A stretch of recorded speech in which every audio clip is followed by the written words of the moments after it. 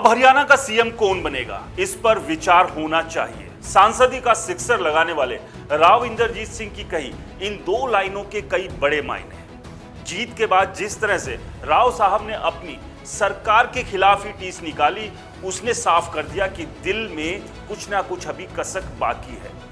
अहिरवाल के राजा कहलाने वाले राव इंद्रजीत सिंह सालों से हसरत पाले हुए हैं कि वो भी अपने पिता की तरह हरियाणा की गद्दी पर सवार होकर मुख्यमंत्री का ताज अपने सर पर सजा हुआ देखें। तो क्या अब हरियाणा का सीएम कौन बनेगा, इस पर विचार होना चाहिए।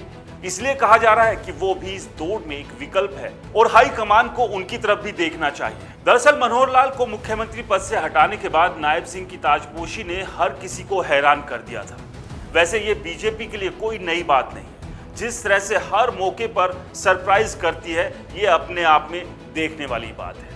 लेकिन इस हैरानी के साथ साथ कईयों को भर भर कर नाराजगी भी हो गई थी, जिसमें सबसे ऊपर गब्बर का नाम है। लेकिन कई ऐसे हैं जिनकी नाराजगी साइलेंट वाली थी।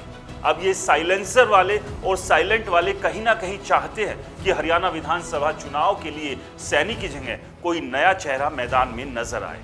और इसी चाहत में कहीं ना कहीं राव साहब भी शामिल हैं और उनकी ये चाहत किसी से छिपी भी नहीं है। कई मौकों पर वो अपने समर्थकों से हरियाणा का मुख्यमंत्री राव इंद्रजीत सिंह हो, इसके नारे भी लगवा चुके हैं। वैसे किसी भी नेता के लिए इस तरह की हसरत पालना गलत भी नहीं है, जबकि वो एक नहीं, दो नहीं, दक्षिण हरियाणा की काफी सीटों पर दबदबा रखता हो। हाल फिलहाल हरियाणा में बीजेपी की हालत कुछ अच्छी भी नहीं है। लोकसभा में भाई लोग 10 में से 5 सीट हार गए।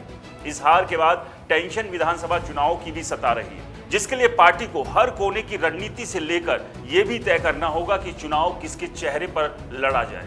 हर कोई ये भी जानना चाहता है कि क्या हरियाणा में बीजेपी नायब सिंह सैनी को आगे करके चुनाव के मैदान में उतरेगी, और अगर पार्टी ऐसा करती है तो ये डिसीजन पार्टी के लिए कितना सही साबित होगा, या फिर किसी जाट नेता को मौका दिया जा सकता है, जिसमें कैप्टन अभिमन्यु, ओपी धनखड़, सुभाष बराला का नाम शामिल है, या फिर राव साहब ने जो 2 लाइन बोलकर जिस तरफ इशारा किया है, पार्टी उस पर विचार करेगी, जिसकी संभावना फिलहाल तो ना के बराबर है।